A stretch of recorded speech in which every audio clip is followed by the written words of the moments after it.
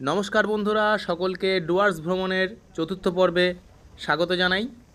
আজ আমরা পৌঁছে গেছি বক্সা টাইগার রিজার্ভ, আলিপুরদুয়ার জয়ন্তীতে।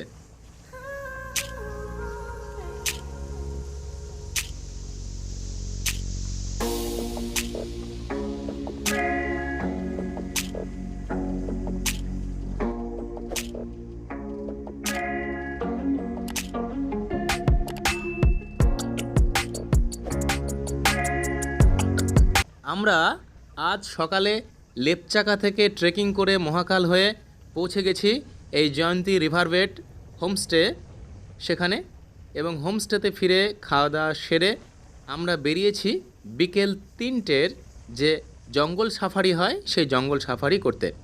এবং যথাযথভাবে এখানে গাইড ফি, গাড়ি ভাড়া, পারমিশন ফি, এন্ট্রি ফি সমস্ত তথ্য বন্ধুরা আমরা এই ব্লগে আলোচনা করব। আপনারা সঙ্গে থাকবেন এবং সমস্ত তথ্য এই ব্লগ থেকে পেয়ে যাবেন। তো বন্ধুরা চলুন এই বক্সা টাইগার রিজার্ভের মধ্যে আমরা ঘুরে ঘুরে দেখি। এই Buxa tiger reserve national park পশ্চিমবঙ্গের উত্তরে অবস্থিত, প্রায় 750 স্কোয়ার কিলোমিটার জায়গা জুড়ে বিস্তৃত। এবং এই বক্সা টাইগার রিজার্ভ ভারতবর্ষের মধ্যে 15তম ব্যাঘ্র প্রকল্প হিসেবে বিবেচিত হয়। এবং এই যে অভয়ারণ্য, এটির উত্তর দিকে আছে ভুটান এবং সিনচুলা পাহাড় শ্রেণী, যেটা উত্তর পূর্ব দিকে তিব্বতের দিকে বিস্তৃত, এর সাথে সংযুক্ত। এছাড়াও এর পূর্ব দিকে রয়েছে আসামের সাথে সংযুক্ত, যেটি মানস অভয়ারণ্যের সাথে এটি সংযোগ রক্ষা করছে, যেটি মূলত এই এশিয়ান হাতিদের একটি অন্যতম মাইগ্রেশন করিডোর হিসেবে বিবেচিত হয়। আর এছাড়া এখানে দক্ষিণ পশ্চিম দিকে রয়েছে চিলাপাতা ফরেস্ট এবং জলদাপাড়া ওয়াইল্ড লাইফ স্যাংচুরি। আমাদের সাথে যে গাইড ছিলেন আমাদের কিশোরবাবু, তিনি বললেন যে এই অভয়ারণ্যে প্রায় 450 রকমের বিভিন্ন ধরনের গাছের প্রজাতি, 12 রকমের বাঁশের প্রজাতি, 150 রকমের বিভিন্ন অর্কিড, এবং এখানে প্রধানত মূল গাছপালা বলতে শাল, সেগুন, গামার, শিমুল এই জাতীয় উদ্ভিদের এখানে বেশি দেখা মেলে। এবং বিশেষ করে বর্ষা ঋতুতে বা বসন্তকালে এখানে বিভিন্ন ধরনের প্রজাপতি এবং অন্যান্য বিভিন্ন পাখির ও সমাগম দেখা যায়। তাছাড়া সারা বছরই এখানে পাখি আছে জঙ্গলে, এবং কোর্ট যে অরণ্য সেখানে তো যাওয়া সম্ভব নয়, সেখানে নাকি এদের আনাগোনাটা অনেকটাই বেশি। সদ্য বাঘ শুমারি অনুযায়ী এখানে প্রায় 61টি চিতাবাঘের এখনও পর্যন্ত সন্ধান পাওয়া গেছে।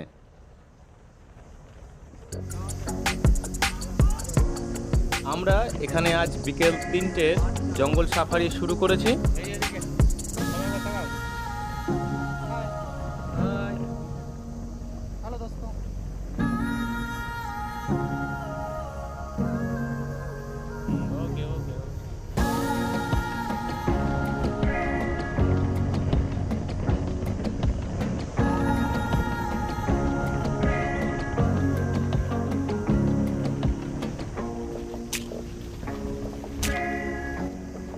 এই Buxa tiger reserve national park, এখানে অনেক ধরনের প্রাণী দেখা যায়। প্রধানত এখানে যে ক্লাউডেড লেপার্ড, গাউর, এলিফ্যান্ট, হরিণ এবং এশিয়ান যে গোল্ডেন ক্যাট অর্থাৎ বিড়ালের থেকে একটু বড় এমন ধরনের প্রাণীর দেখা এখানে মেলে। হাতি জল খেয়ে পায়খানা করে কিছু আসছিল দাদা কিছুক্ষণ আগে, বুঝছো? তাই জলগুলো দেখো উঠেছে পুকুরে, পুকুরে যে লেভেলটা আছে না তার উপরে দেখো জলের লেয়ার ওই যে কমেছে, যেমন অত দূর পর্যন্ত জল ফুলে যায় পুকুরের ওপারে রাস্তা যে পড়ে আছে না, তার নিচে মাটিতে লবণ দেওয়া হয়। সব আচ্ছা আচ্ছা, লবণ দিলে কি হবে? লবণ কেটে আছে। আচ্ছা আচ্ছা আচ্ছা, এগুলো সব হাতির করা, এই যে বাড়িতে দেখো হাতির পায়খানা, পাইপে ছড়ে পা ছড়ে। এখানে ওয়াইল্ড লাইফ দেখা খুব ভাগ্যের ব্যাপার। তাই তো, বড় জঙ্গল না। এটা ভুটান আর আসাম কানেক্টেড। ও আসামে যে মানুষ যে আছে জঙ্গলটা, তার সঙ্গে যুক্ত এই জঙ্গলটা, কোনো ব্যারিকেড নেই, পুরোটাই ওপেন। জঙ্গলের দিকে লক্ষ্য রাখবে, হ্যাঁ, ডান বাঁদিক। ওকে আচ্ছা, ভালো সংকেত দিচ্ছে কিছু আছে। আমাদের গাড়ির ড্রাইভার দীপঙ্কর ভাই তাড়াতাড়ি করে আমাদের গাড়ি এগিয়ে নিয়ে যাচ্ছে, সামনে আমরা কিছু দেখতে পাবো। অনেক গাড়ি আছে, অনেকে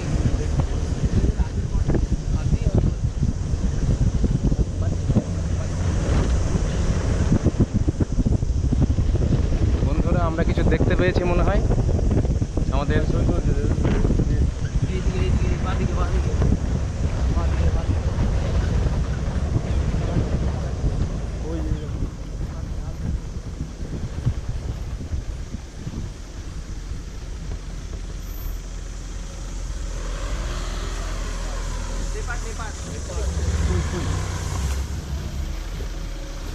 আরেকটু আগাও, দেখছো এই যে পড়া গাছটা নিচে বুঝছো, এই যে সামনে চিতাবাগ এই সোজা জয়ন্তী রিভার বেড, ওখানে হাতি একটি জঙ্গল থেকে আরেক জঙ্গলের দিকে যায়, মাঝে ওই নদীটা আছে তাই, এবং খাবারের জন্য এদিক ওদিক যাতায়াত করতে পারে। আমাদের উদ্দেশ্য ওখানে যাওয়া, যদি কোনো পশু প্রাণীর দেখা মেলে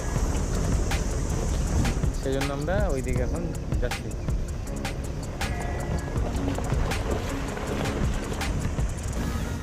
দুপাটায় জঙ্গল আছে। আচ্ছা, আমরা যাচ্ছি কোথায় এখন? বালা নদী, বালা নদী, তাই? কিন্তু জল নেই, ড্রাই। আচ্ছা আচ্ছা, এখন এই সময় জল। হ্যাঁ, এই সময় কি আছে, পাহাড়ি নদীকে প্রায় শুকনো বলতে পারে।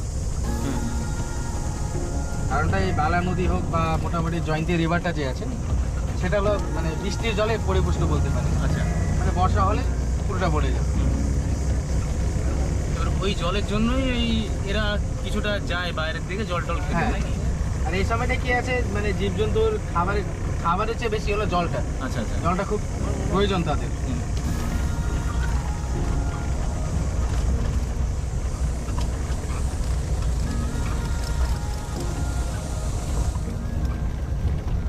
এটা রেঞ্জটা শুধু আলাদা পাবে, সেটা হলো হাতিপোতা রেঞ্জ যেটা। ওই পাশে যে জঙ্গলটা যে আছে, জঙ্গলটা বক্সাইটের টাইগার রিজার্ভ, রেঞ্জটা শুধু আলাদা। এদিকে একটা সাঁকড়ে হয়, ওখানেও সাঁকড়ে হয়।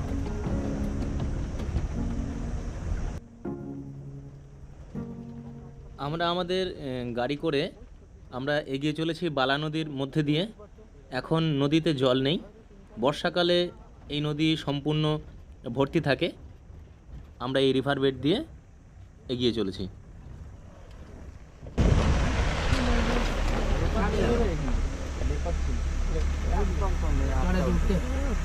उठ के थोड़ा आगे रास्ता के साइड में एकदम उनके दान আছে पहले को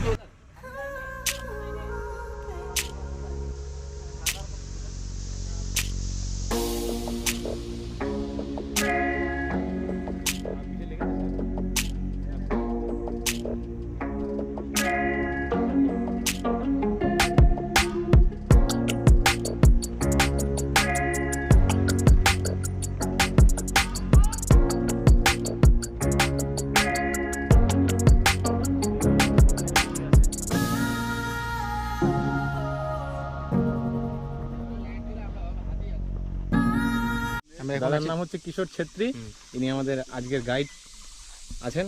দাদা এই জায়গাটা সম্পর্কে একটু বলুন, বালা নদী।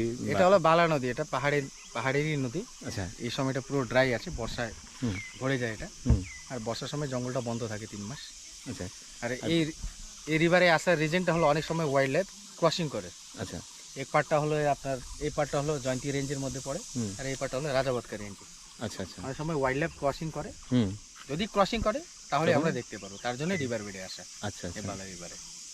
আর এই বিকেলের দিকে এই চান্সটা অনেকটা বেশি থাকে। হ্যাঁ, বিকেলে তো মুভমেন্টটা বেশি হয় ওয়াইল্ড লাইফ। আমরা এই পথে কি কি দেখলাম, মোটামুটি একটা লেপার্ড দেখতে পেলাম, আচ্ছা ময়ূর দেখতে পেলাম, একটা হর্নবিল, আর এখানে হর্নবিল ছিল, একটা হর্নবিল ওইদিকে।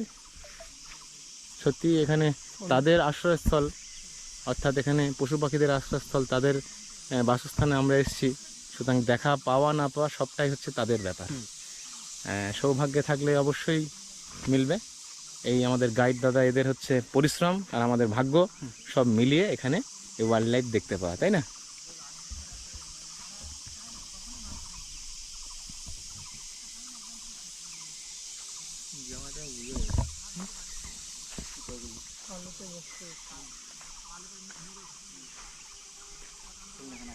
এই যে উঠছে না, হুম। এটা একটা কিন্তু করিডোরের মতো, তাদের যাতায়াতের কিন্তু পথ। আচ্ছা,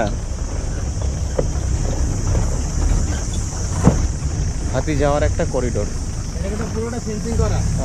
সবসময় দেখতে পাচ্ছি মোটামুটি। আর এদিকে হচ্ছে জয়ন্তী নদী, চারিদিকে ঘেরা আছে পরীক্ষা করে।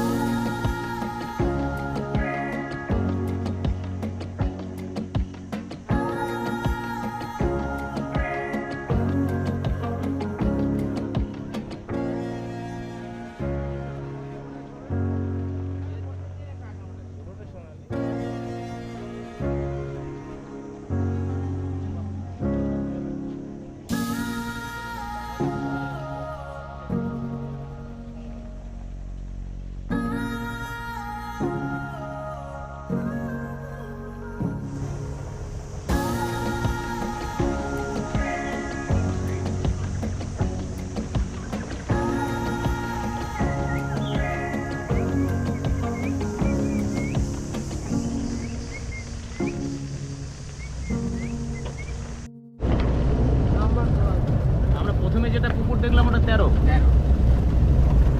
এখন যে ফার্স্ট দেখবো সেটা হলো 83, আচ্ছা 83। ঠিক আছে। তারপরে আবার আছে 82। আচ্ছা,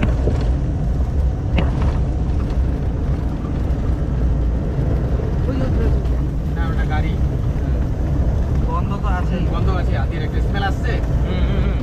একটা আপনার কাঁচা জঙ্গলের একটা স্মেল আসছে। এটা হলো 83।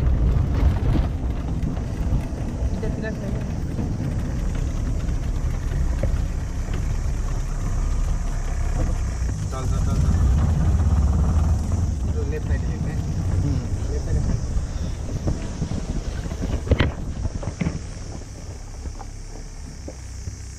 হিন্দি কোথায় আছে? যেতে বলছি। এইদিকে আছে, এইদিকে। আচ্ছা, ঠিক আছে।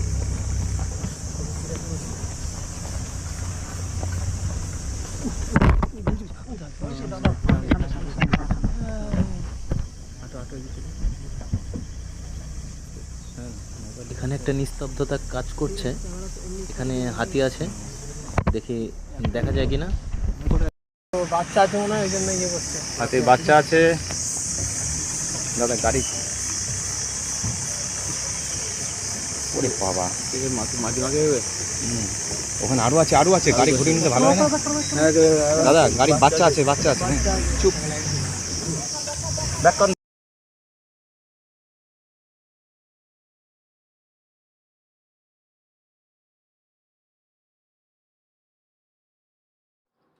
অবশেষে এই জঙ্গলের মধ্যে হাতির দেখা মিলল, হাতি দেখতে পেলাম। এই বক্সা জঙ্গলে পশু প্রাণীর দেখা পাওয়া অনেকটা ভাগ্যের ব্যাপার তো বটেই। তো যাই হোক, কপাল ভালো ছিল, জঙ্গলে একেবারে হাতির দেখা পেয়েই গেলাম।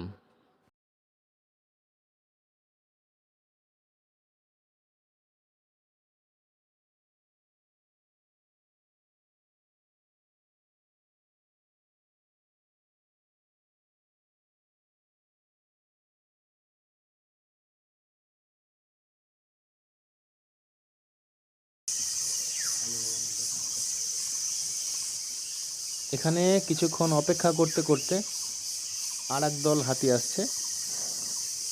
এই আর এক দল হাতি জঙ্গল থেকে বেরিয়ে আসছে। আমরা এখানে একটু দূরেই আছি গাড়িতে বসে। এখন আর কথা বলা যাবে না। দেখি এখানে যদি স্টে করে কিছুক্ষণ তাহলে আমরা দেখতে পাবো।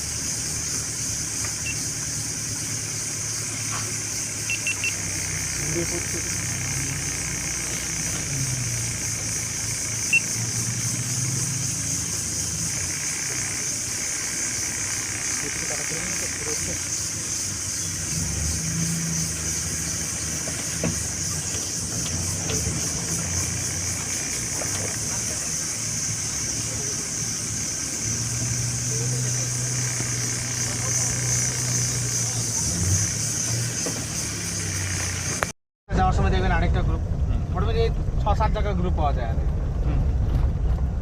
আর কপাল যদি খারাপ থাকে তো একটা দেখা যায় না। আর এখন যে সময়টা আমরা যে 3টে যে সাফারি এটা করলাম, একটাও কিন্তু হরিণ দেখা যায়নি। আর হরিণটা হলো কি আছে, গরমে কি আছে, খুব এখন বেরোতে চায় না তারাও ওই ওয়াইল্ড লাইফে এখন কি আছে, ছায়া খুঁজে বেড়ায় বেশি যদি রৌদ্র হয়। আর হরিণটা দেখতে হলে আর্লি মর্নিং সাফারি আসতে হবে, ভোরবেলা। ঠিক এটা 6টার সময় হয়।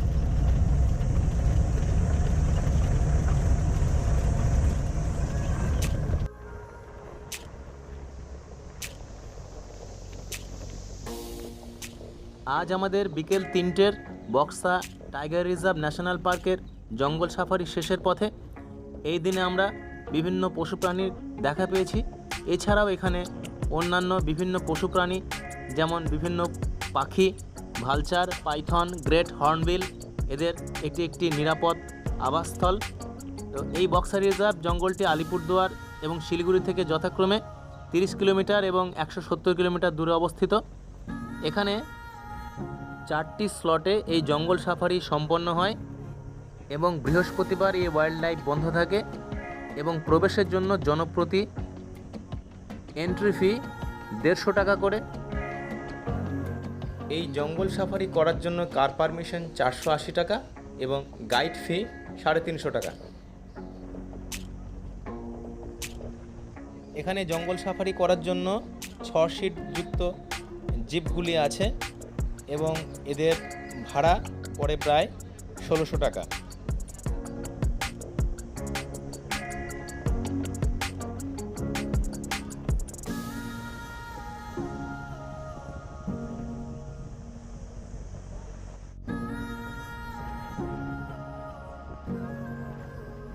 গাইড এবং অন্যান্য সমস্ত বিবরণ আমি আমার ডেসক্রিপশন বক্সে দিয়ে দেব।